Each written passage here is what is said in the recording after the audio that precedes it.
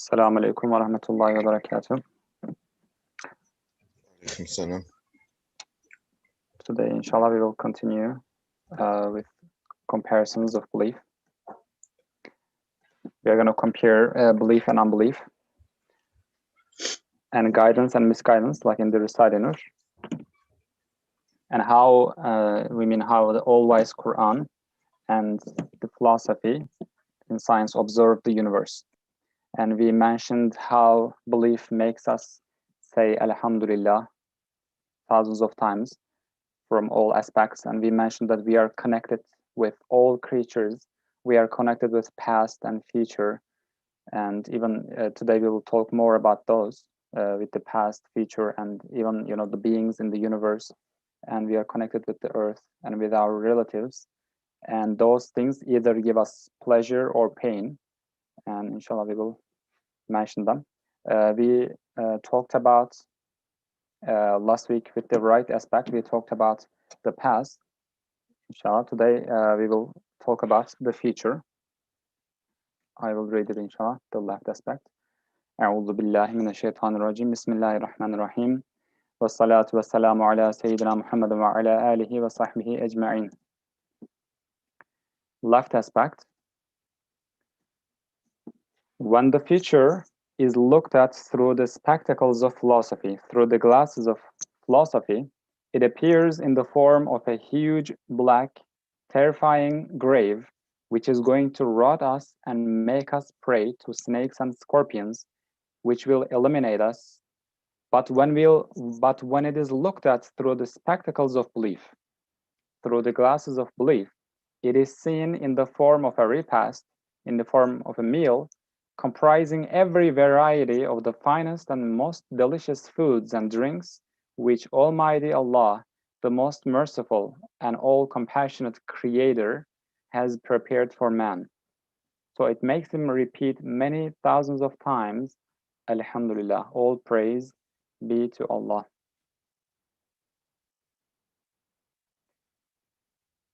So this is the left aspect. As I said, we talked about the past, and this is the future, how we look at the future. And it's an interesting phrase here. We see the grave is seen as something that's going to rot us and make us prey to snakes and scorpions. I've heard it many times from people. This is the left aspect. In other aspects, like it gets more and more, inshallah, this is small in quantity, like this left aspect.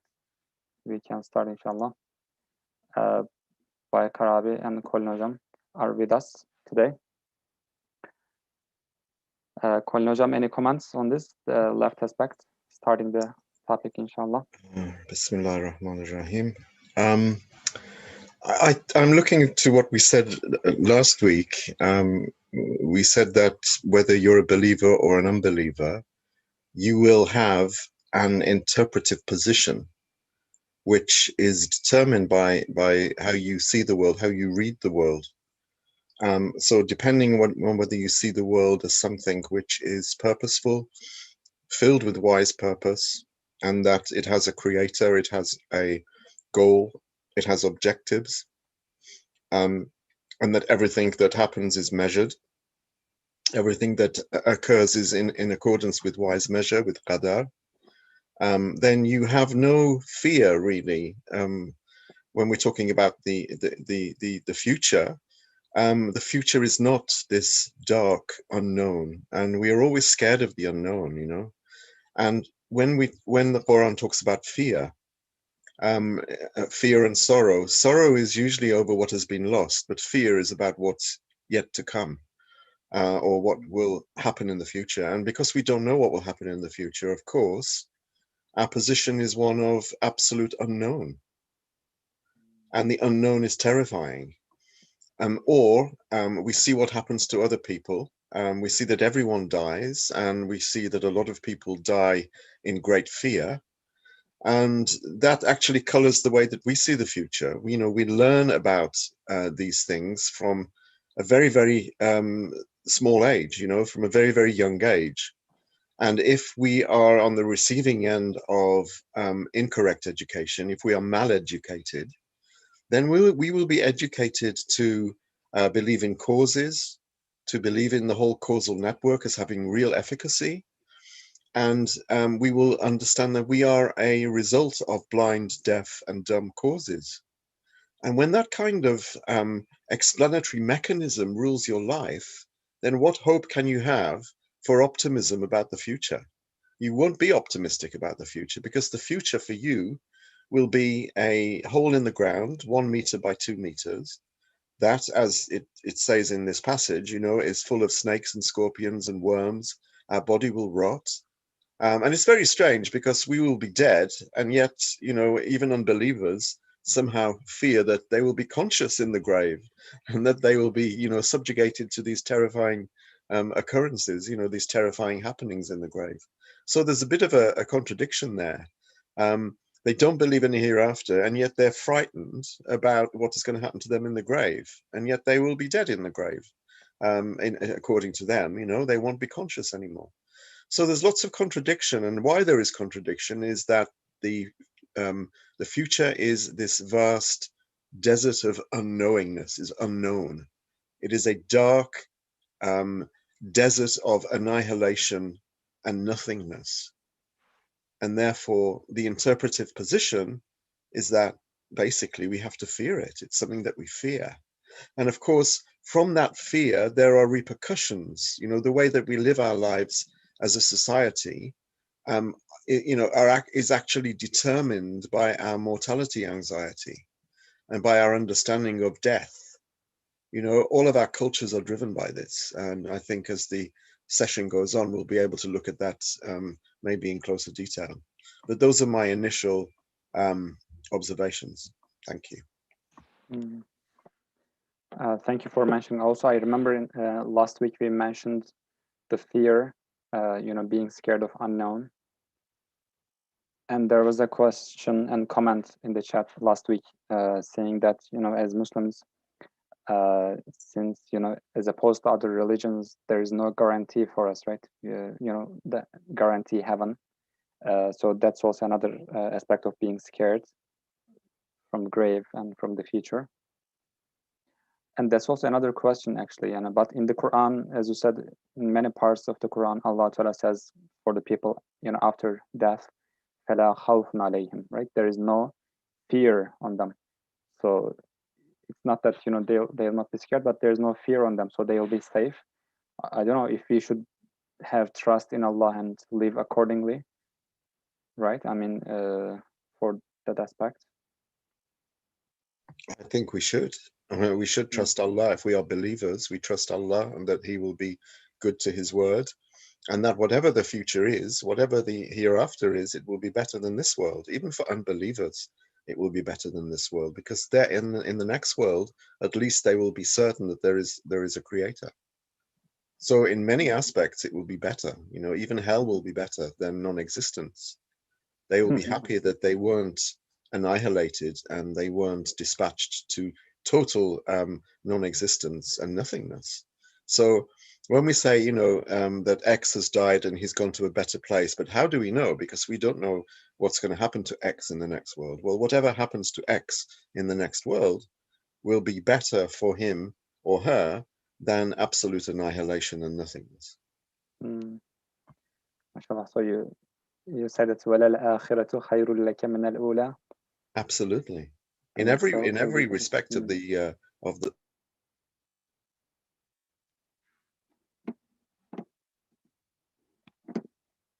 Actually, I'd forgotten that verse. That is a wonderful observation. Thank you for that. The next world is better than the first in all aspects and from all perspectives. Thank you. This is very interesting. Aspect. Baykar abi. Assalamu alaikum. All. Salam. أعوذ بالله من الشيطان الرجيم بسم الله الرحمن الرحيم الحمد لله رب العالمين والصلاة والسلام على رسولنا محمد وعلى آله وصحبه أجمعين. Thank you for opening up the floor for this wonderful conversation. Following up from the last week, I want to remind myself that this is not a philosophical discussion, but this is a very fundamental teaching of Quran, and this is the reality of every single human being.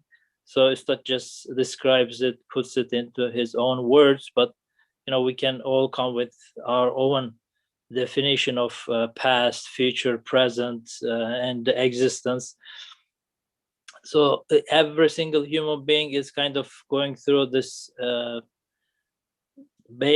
same adventure in a way that at some point we need to give meaning to all these things. So in very simple terms, we want to be comfortable, we want to be happy, we want to make sense about the things around us. When we start speaking, we start asking, what is this, why is that? We also come with this very basic feeling of ownership. So this is mine, that is mine, this is my toy, this is my clothes, this is my shoes. And then it extends to wherever we can stretch our arms and even our imagination. As a human being, we have this concern, this attachment, this love, this relation between almost everything around us, and we are related to them.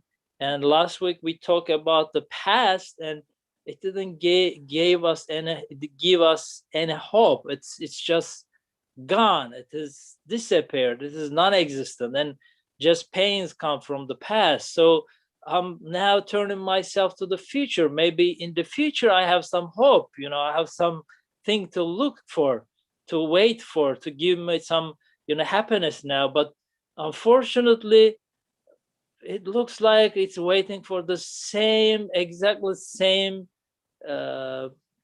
fate or the decree. So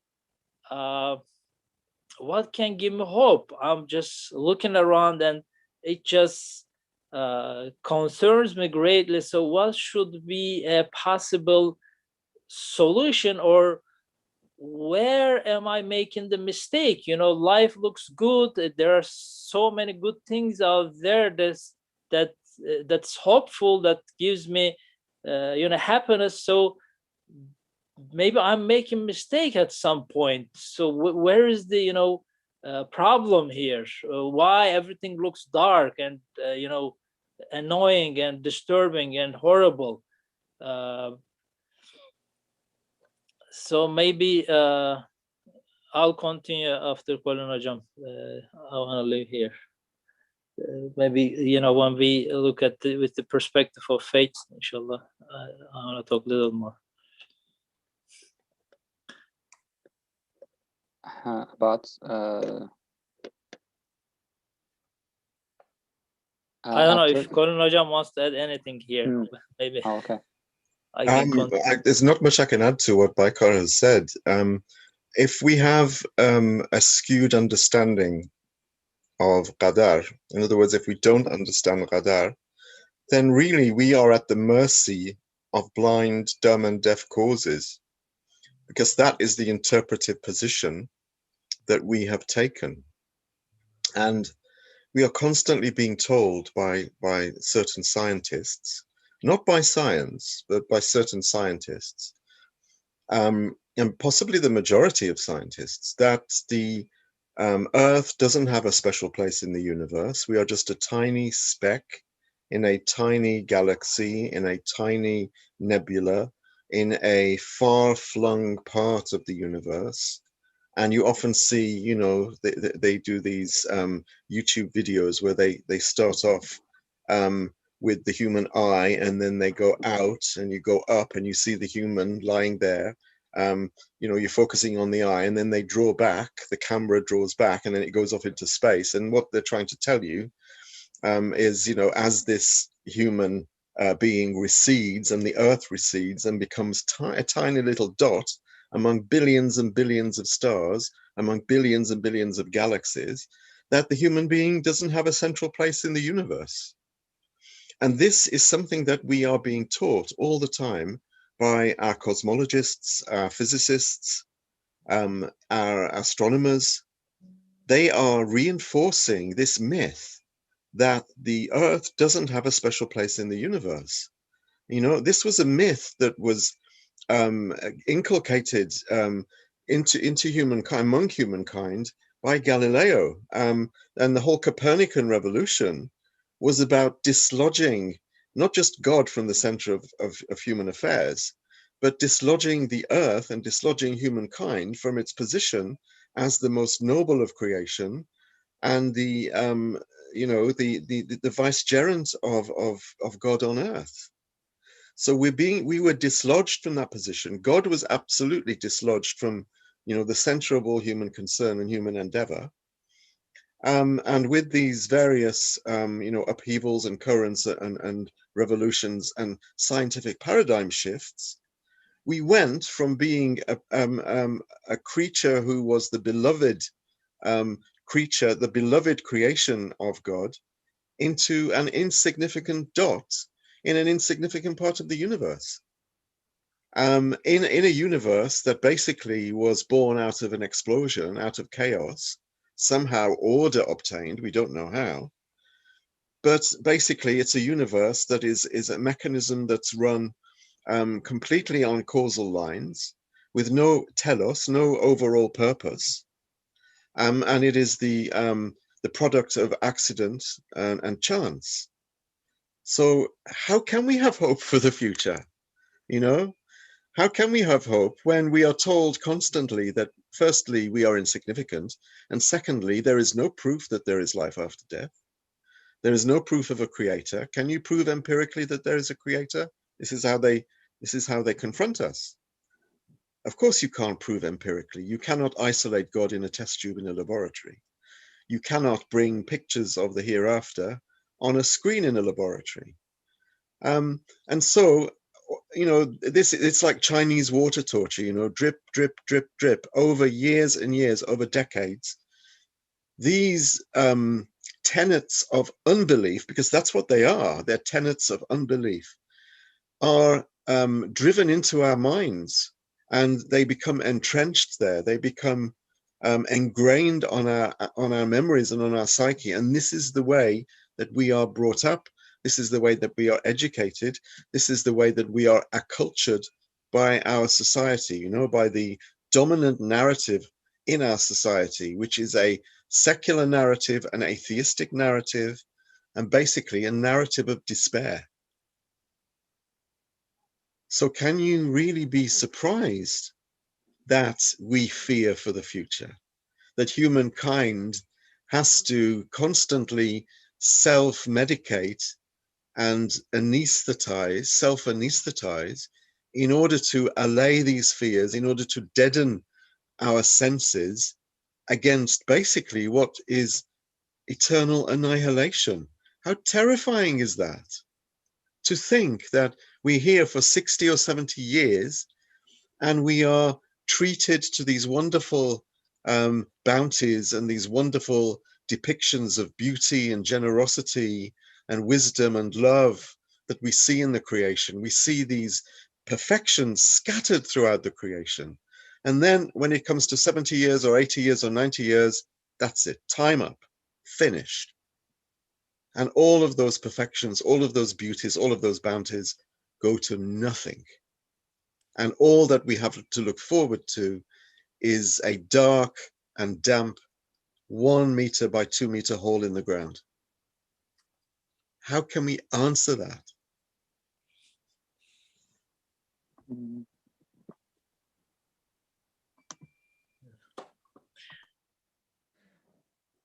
Yeah, the most horrible thing is it's not the that little hole is not only waiting for us, it's waiting for all that we are concerned about, all we are in love with, all we are attached to, and it's waiting for the whole universe we are kind of concerning about.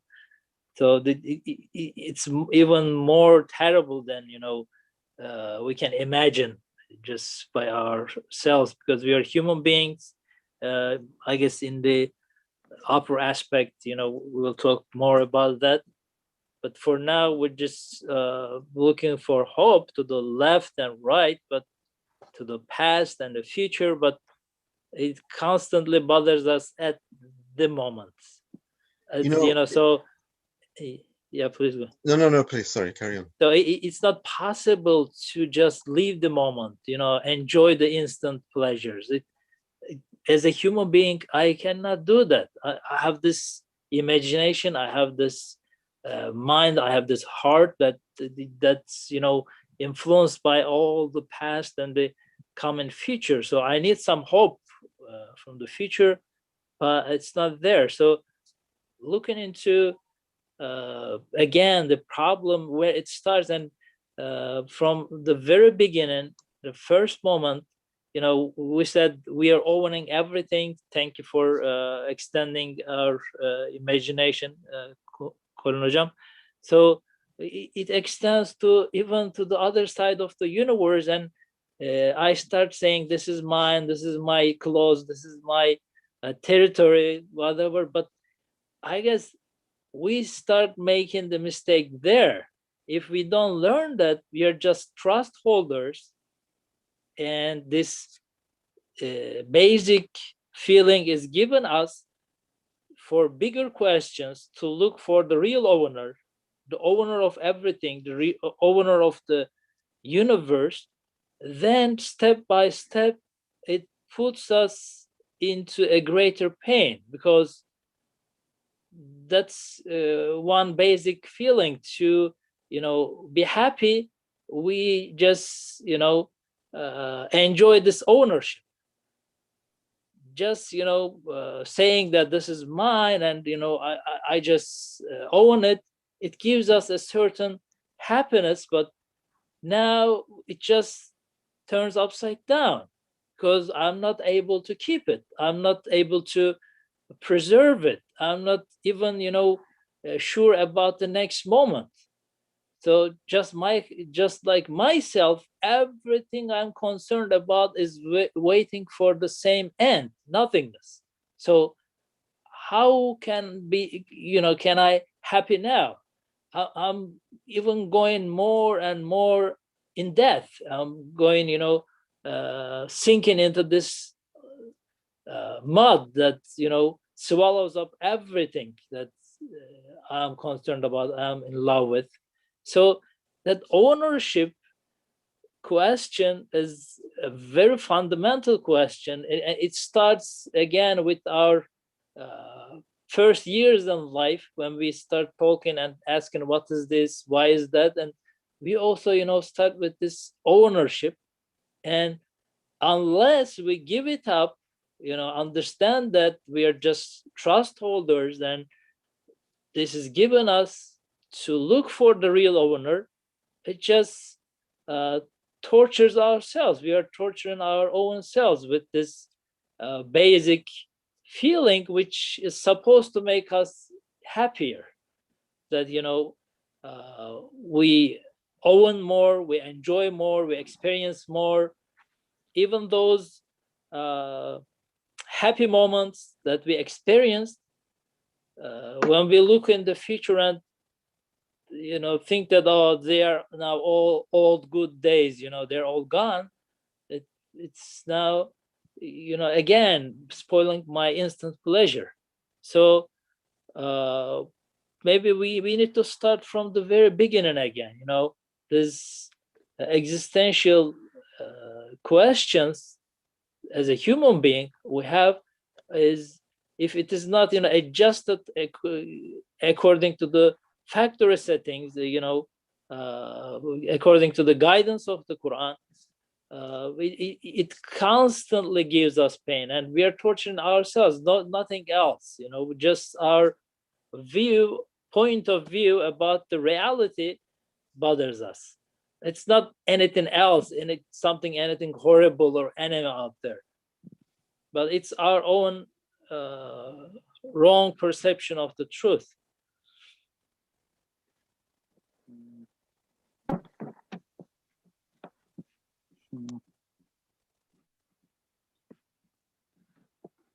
Inshallah, may Allah allow us to search more, inshallah, in this aspect. Also, for us. There's a comment related to it. Shahran family says, this topic is not a philosophical discussion. In January 2021, I faced my own death only a hair away.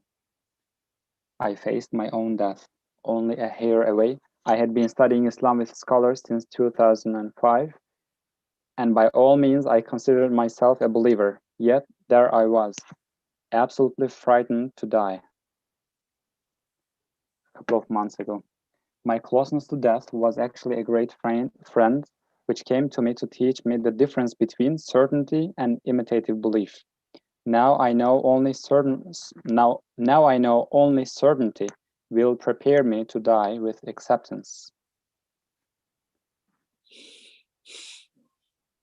As we also said, the scientists are looking for evidences that we can see with our own eyes. But also Imam Nursi says that a death is the advice, the real advice which everyone can take. And from such experiences also, some people also try to search with the certainty. I think the problem is that we are not taught to embrace death. Actually, the opposite, Death is a taboo. To talk about death is a taboo. And the strange thing is, it's the only thing that we can be sure of. Death is the only thing that in life that we can be sure of, and that it will happen to everyone, So when I think back, over the years, I see now that, death took my mother, took my father, all my aunts and uncles, and now it started to eat into my own generation, So, first you lose your grandparents, then their generation, then the parents' generation, your aunts and uncles, and then it starts on your own generation. So you find, that you're losing cousins. So death is marching ever closer to us. And since it's something that everyone undergoes, we have to try to acculturate ourselves to not fearing death, and to actually saying there is no such thing as death. There is no state known as death, actually.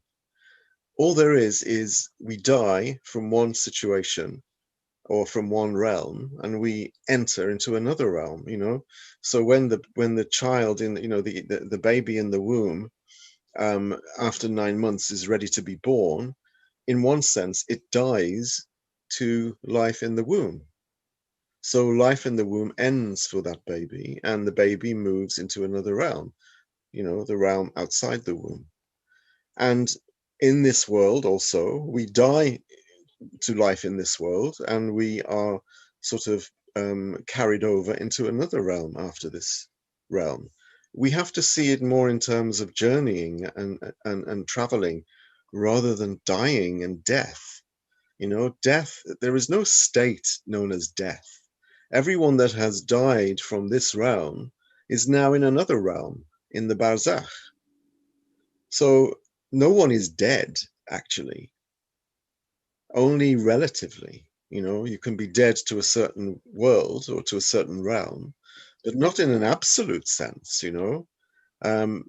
Human beings are still conscious. When we are asleep, we're conscious. When our nafs is raised, is taken, which is a kind of mini death. It's the brother or the sister of death, I think it's described as. So when we're asleep, we are still conscious, and our consciousness may be attenuated to a certain extent, but we're still conscious. So the dead are still aware. They're aware of their surroundings. So this notion of death as this state of non-being is really alien. It doesn't make any sense at all to our tradition. But at the same time, because we have been colonized, our lands have been colonized, physically, our culture has been colonized, and our faith has been secularized. So Muslims, with their imitative belief, which mostly it is, and the Shahrani family here are alluding to this notion of imitative belief rather than investigative belief, certain belief. It's not surprising that Muslims, believers, take death very badly and cannot deal with death. You find that at the scenes of burials in the Muslim world, the emotions are much higher than in most places in the Western world. In the Western world, particularly in Britain, where I live, people are known for, being very, very reserved and very conservative and hiding their feelings. People do show their feelings at funerals, but not to the extent that you see them in the Muslim world, where we are supposed to be more sanguine about these things. We're supposed to be a little bit more understanding and accepting of death. And rather than, wearing black and tearing our hair and ripping our shirts, we should be congratulating the if it's a believer who's died, congratulating them on having passed out of this world and into something better, because it's certainly better, as we said before. We treat death as we treat death with the spirit of unbelief, I think.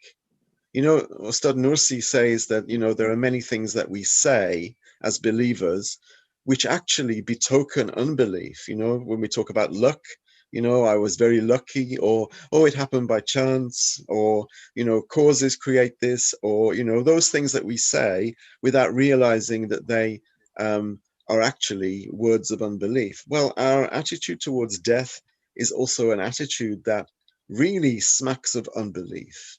It tastes of unbelief, because we don't embrace it. We don't engage with it. Death is the final journey that we take in this life. And, we should prepare for a journey. When we go on a journey, if we go on holiday somewhere, or if we go on pilgrimage somewhere, or if we just go away for a weekend, we pack, we make sure we have everything we need. We think about the place that we're going. We try to ready ourselves for it. We think positively about it. We hope that we're going to have a nice time there. This is how we should be treating the most momentous journey that we're ever going to take, and that is death. It should actually be seen as an adventure. Why not? Why not see death as an adventure? Why see it as something that, we should, we should be stern and morose and unhappy, or even worse, crying, tearing our hair, mourning for days and days on end? Why should we be like that? We are the ones who have the belief. This is what we think. This is what, this is our opinion. We are the believers. We are the believers, and we are the role models. But see how we treat death. We treat death like an enemy. Death is not the enemy, Nafs is the enemy. And maybe that's why, nafs makes us treat death as though death is the enemy. And it's not the case. MashaAllah. This is, I guess, very important. How, when I lost my uncle, when I first heard about it, I was reading Risale-i Nur Collection. I was not so sad, but when I started talking to the relatives, I got so affected. They, as you said, as if, he went to this dark, terrible place, like unbelievers view. I guess that's how people talk about it, changes our aspect. And I also, I like, I don't know if you know, in Emir Dağı Layıkası, Ustad has a letter to his student, Hasan Feyzi Abi, when he passed away. And he says to him, like, he passed away, for him, Ustad says, I congratulate him, Really? his death. He Really? says, I congratulate his death. MashaAllah. And if we have that view, he literally says this. So when you hear him, like, if someone says, I congratulate him, like, he died. So it's You know, that different. that view is so Nursian, you know. It's so idiosyncratically, you know, Ostad's kind of the kind of thing that he would say. And it's the kind of thing that shocks people. Oh, people would be so shocked if you said, you know, if someone's brother dies and you say, I congratulate you, you know, on the death of your brother. Can you? I never heard anybody trying this yet, but I heard some brothers, you know, going to visit the hospital and, you know, see the patients, and they say, "Oh, congratulations!" You know, and this was Really, really. It sounds a bit Malamati, you know, the this, Malamatia who used to really make a big thing of their, you know, of their shocking ways, you know, just to shock people out of their, you know, their sleep in a sense. And, you know, Ustad does this occasionally. I don't know whether he does it because he wants to be Malamati in his his approach, but that's how it seems. And but it's wonderful, isn't it? I mean, we were talking a few minutes ago about celebrating death, and here we are. We have, you know, the most important scholar of the past 500 years, you know, saying exactly the same thing. You know, of course, it makes absolute sense within that frame of reference because that's the kind of thinker he is. You know, the way he talks about death, you even want to embrace it. You know, temporarily. Maybe afterwards you think again, but he makes it seem like a wedding feast, yeah, rather than something that you have to fear. And, you know, speaking as someone who's been brought up in, you know, a very conservative culture, a very reserved culture, where you don't talk about religion or politics, and you never talk about death. Death is something that doesn't happen, you know, to you. It happens to the neighbor, the person next door, but it doesn't happen to us, you know. That's the kind of attitude there is. If you remember when the tsunami happened, maybe some of you are too young to remember, it was 2004, 2005, the tsunami. And on the front page of the newspaper the following day was, "Where was God?" The tsunami happened, and the headline was, "Where was God?" Now, why did they write that? And actually, that was a sentiment expressed by a Christian priest. Where was God when the tsunami happened? And that kind of question is asked because death is so abhorrent. Death is so abhorrent that, you know, how can there be a God? If there is death, how can there be a God? It's that basic. That is how people respond. If there is death. Now, 300,000 people died in that tsunami, approximately. And strangely enough, that is the number of people who die every day, you know, every day across the world. Every day, around 300,000 people die of many, many different things, you know, of so-called natural causes, in car accidents, of illnesses, all of these things. The only difference about the tsunami was that they all died at once, you know. In one day, 300,000 people died, but all together in such a dramatic way. This, it's not only the people, right? It's the whole world is dying. Every fall, every winter, and every yes. age, every century. Yeah, so all this circle, new comes and old leaves, and how we became that blind? You know, this is the absolute reality of life. There's nothing else that we can be that much sure about, you know. But we're all blind about that. We Well, don't want to even think about it. what happens to you every day, every evening, you know, every night when you go to sleep? You lie down in a dark room under a sheet, you know, it's as though you're going through the death ritual. It's as though you're going through a burial. And it, in a sense, you are mimicking death because sleep is the brother of death. But in the morning, you're resurrected. Now, are we scared to sleep? You know you're going to wake up again. You know that you're going to get up in the morning, and that getting up is a kind of resurrection, you know? So sleep is a kind of mini death, and getting up in the morning is a kind of mini resurrection. And we have these every day, every day. So we should be habituated to the idea of death. But because we don't see the things in these ways, and we are, through our culture, we are encouraged not to see these things in these ways. We're encouraged to be afraid, to be scared, to be frightened, because then we can be controlled better. You know, society wants to make us, you know, fearful so it can control us. And it does this in so many ways. It makes us fearful over our health. It makes us fearful over what we look like. It makes us fearful over our weight, over our looks. It makes us fearful over all of these things, so it can sell things to us, so it can make us consume, and so that it can control us. And the whole thing about death is another way of controlling us. Maybe the habit of congratulating each other after death is already there. You know, we say good morning, so welcome back to life, right? Welcome back to life. Yes, yes. Every morning. So it reminded me. It starts, you know, mentioning the Azrael, Malikul Maut, the angel of death. So he was, you know, mentioning the names of archangels in a supplication: Jabrail, Mikael, Israfil, and right. He says, it gave me such a comfort, you know. And most of the time when you mention Azrael, it's the most scary thing, you know, like it's the nickname of death, right? And you don't Yes. want to mention it. And that, you know, the most precious thing I have is my ruh, my spirit, and you know, I'm handling this trust a trustworthy hand. So it gave me such a comfort and tranquility, you know, when I mentioned that name.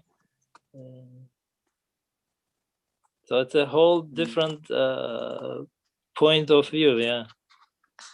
And when we mention the archangel, we say alayhi salam, right? Indeed, So peace be with them. Yes. For the Azrael too, for the angel of death, we say alayhi salam, just like, you know, we say it for the prophets. A noble person is taking your spirits. And there are some comments, inshallah, I want to read them before we go on, related to our topic. Shahrani family says, it is so perfect how Allah redefines death for us in the Quran by comparing it to a tree or earth in winter. Clearly, all of us feel certain that the tree will re-emerge in the spring. We know it hasn't gone into non-existence. It means death does not mean at all what I grew up thinking it meant.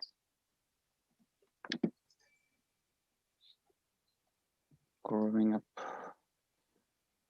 And also Mehmet Abi, he says, we are not going to die. We are going to taste the death. Maybe our bodies will die, but not us. At this point, we have to differentiate the true self and body.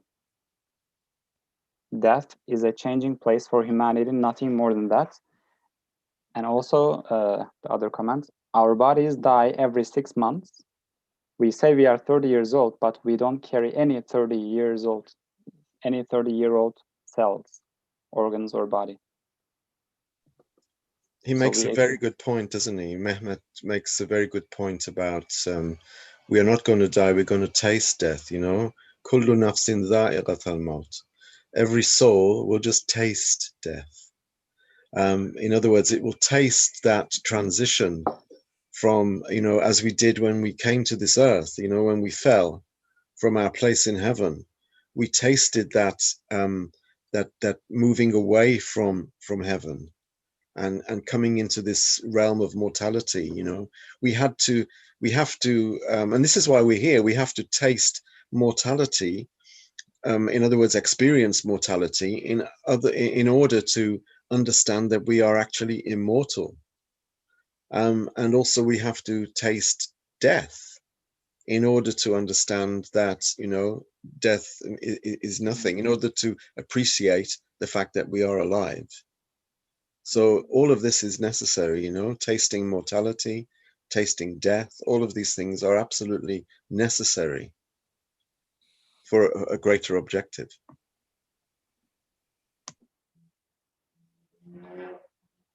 Yeah, also,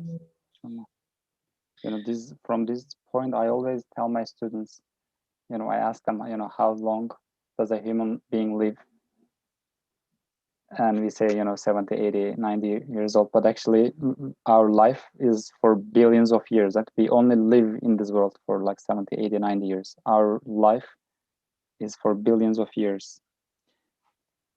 When we have this mentality, we are not going to die, right? There is no death for our spirit. We will live for billions of years. It makes us, I guess, more conscious of, what we have to do in this world and how we should invest our capital, our life in this world, when we spend time for next life, for Allah. So it's not going to bother us anymore because we are investing and we are spending our time for our real future in the next world. Kolnejam, also, when you mentioned, we should prepare for the journey, did you allude to a verse in the Surah Al-Baqarah? Which verse are you thinking of? وَتَزَوَّدُوا فَإِنَّ خَيْرَ الزَّادِ التَّقْوَى. That's the ayah in that page. Allah talks about Hajj and journeying to Hajj. Yes. Well, it fits, doesn't it? It fits the idea as well that there is a journey that we will be making, just as we journeyed to this world and we journey through this world, we cross the desert of human existence. So we're always journeying, There is another verse which talks about us always. I can't remember the actual original words now, but kadeh.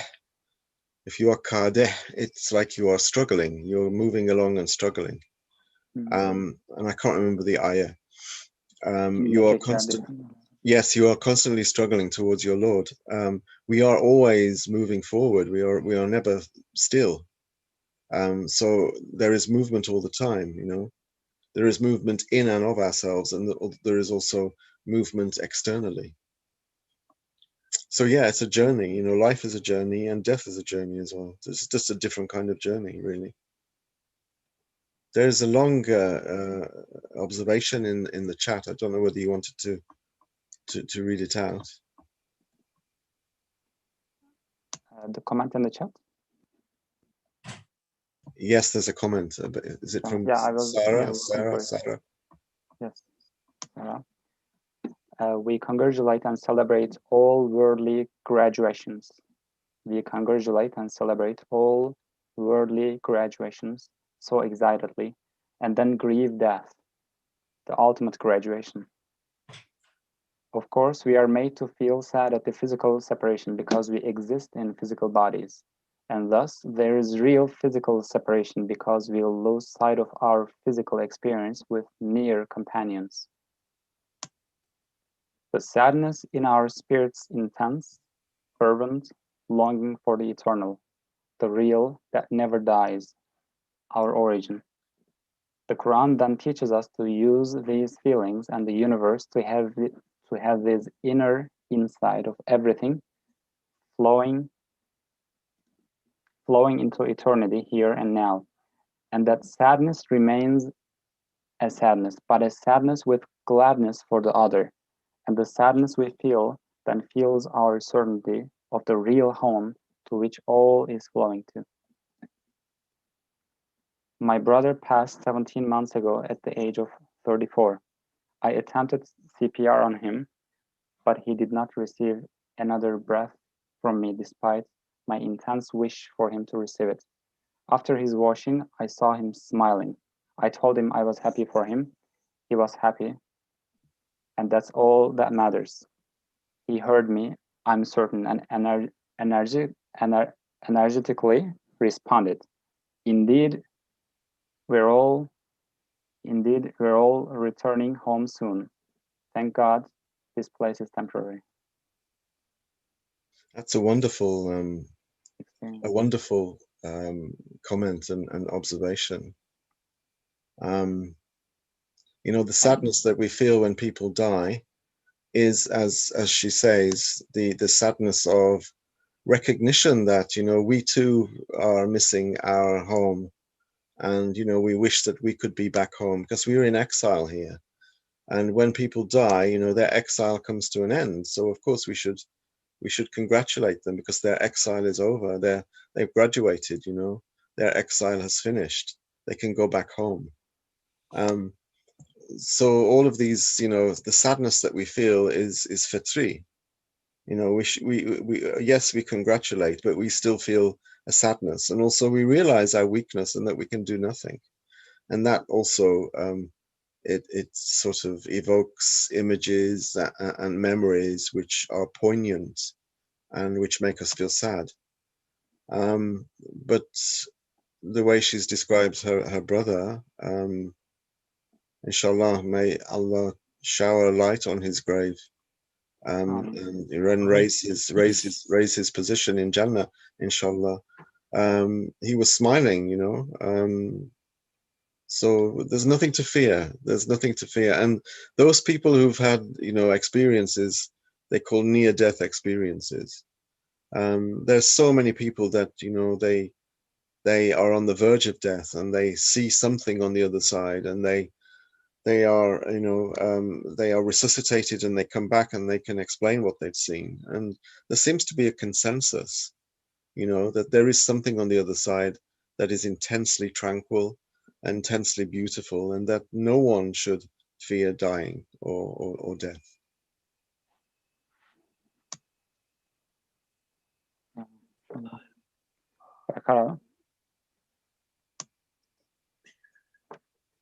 Well, it's kind of, you know, every one of us should face this one day or other. Otherwise, again, you know, it keeps us not willfully we face this fact.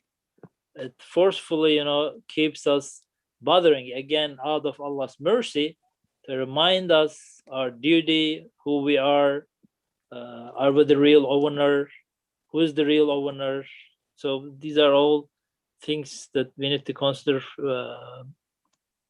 from the very beginning of the adventure. Otherwise, it's, you know, keeps us bothering, and that is again from the just mercy of Allah to wake us up. You know, we just feel like we live through this life, but in reality we are in sleep. We just continue with these painkillers, you know, and it doesn't help at all, you know.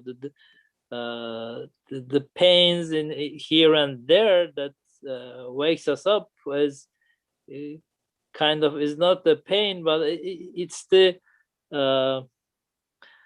gift, the gift that, you know, opens our eyes to the reality. So this is the reality that we need to face before, you know, it's too late.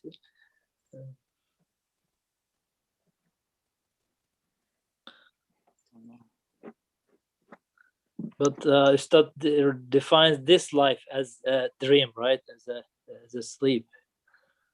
Yeah, and compared with the next life, yeah, this life is just like a very brief, you know, few seconds of sleep.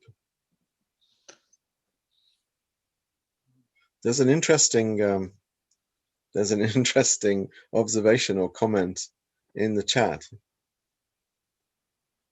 about black magic in Indonesia, which is yeah, I read it. Should I read it out loud? Yeah, please. Apologize for the question. Maybe it is uniquely occurred and questioned by Indonesians, as black magic is quite common in Indonesia.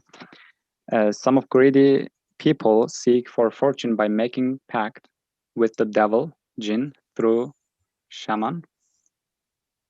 The greedy people will sacrifice his closest relative with wealth in return. Once the pact made, the sacrificed relative will die as if they die through natural ways. But shaman claimed they were being taken by the jinn, devils with whom the pact been made, and in return the greedy get the wealth as been promised. So this is the case. How our faith see this phenomena. I believe that through the pact being made, the sacrificed person is innocent, and they go into the light of the barzakh. It's interesting. The innocent person dies, right? And the person, the one who gets the wealth, sacrifices his closest relative. You know, we often do that. You know, this has been framed here in terms of black magic, but we often sell each other for wealth and sell each other for, you know, ambition, for the sake of our own ambition. What does it mean to sell someone else? You know, we sacrifice others, we sacrifice their feelings, you know, so that we can get ahead. We sacrifice the feelings often of family members, of friends. You know, we lose friends, we trade family members and we trade friends for the sake of our own personal ambition.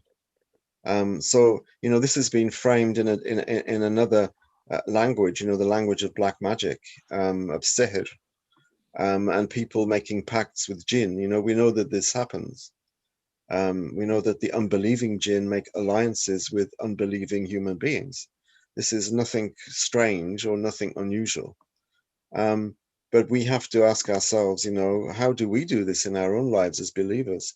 Sometimes we sell others, you know, just as the brothers of Yusuf alayhi salam sold him for a poor price. You know, first they threw him into the well.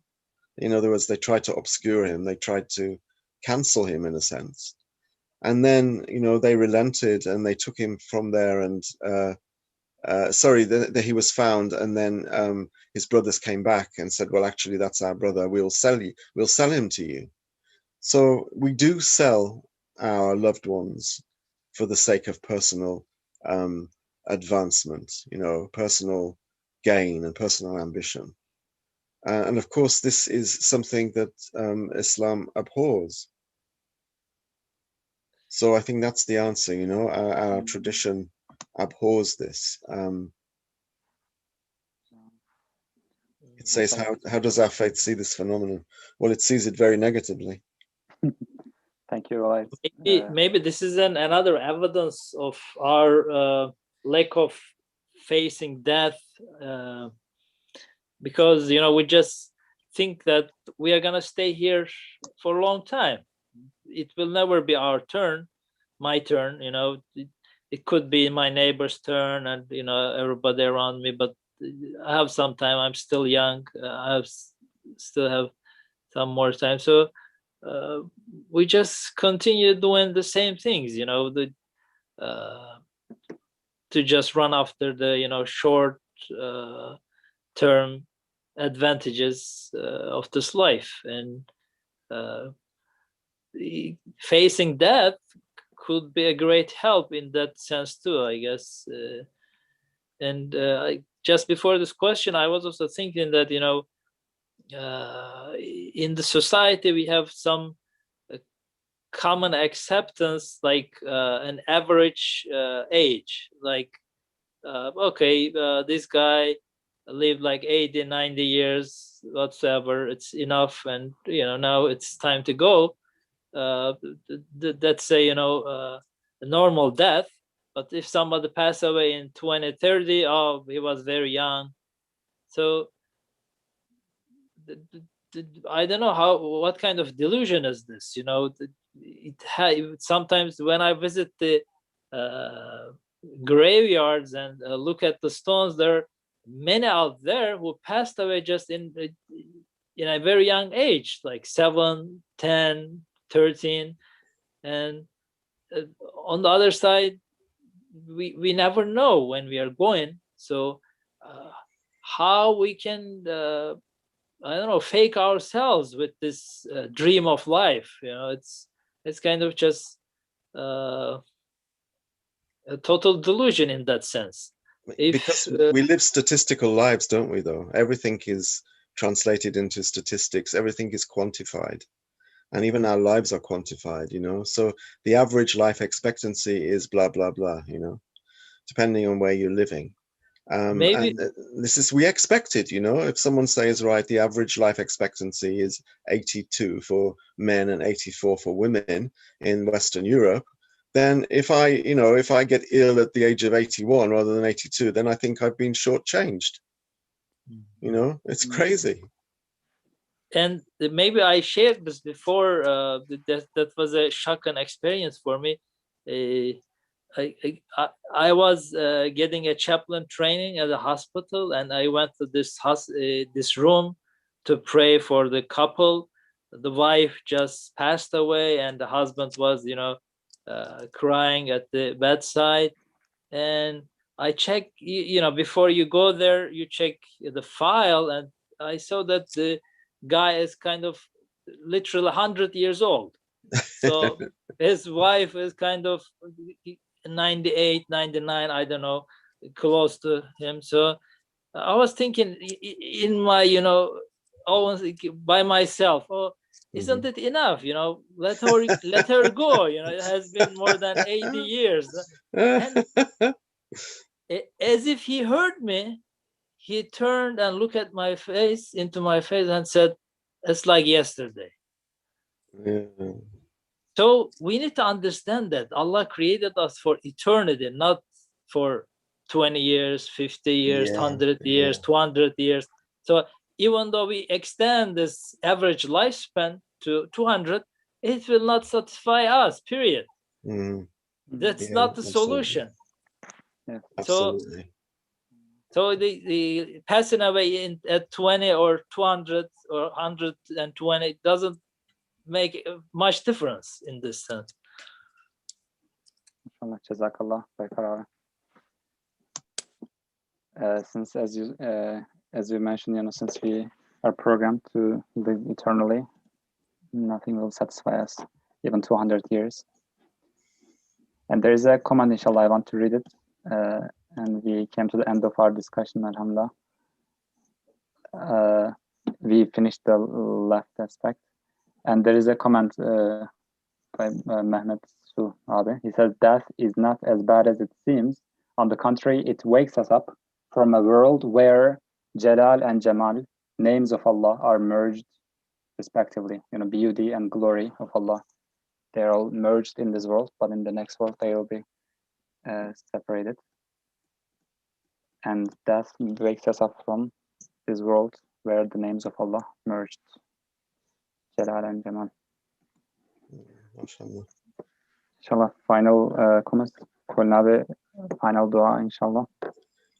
سبحانك لا علم لنا إلا ما علمتنا إنك أنت العليم الحكيم. May we have the inner vision, inshallah, to see the creation at the very highest magnitude of the beautiful names and at the very highest resolution of Allah's beautiful attributes, which will, of course, be in the next world manifest in all their glory, with veil after veil after veil being taken away. And inshallah, we enter that realm with happiness and with hope, inshallah. Amen. Inshallah. Thank you for joining, inshallah. See you next week. Inshallah, thank you. Thanks to everyone. We will continue from the upper aspect, inshallah, next week. Inshallah. Assalamu alaikum. Good. Alaikum salam.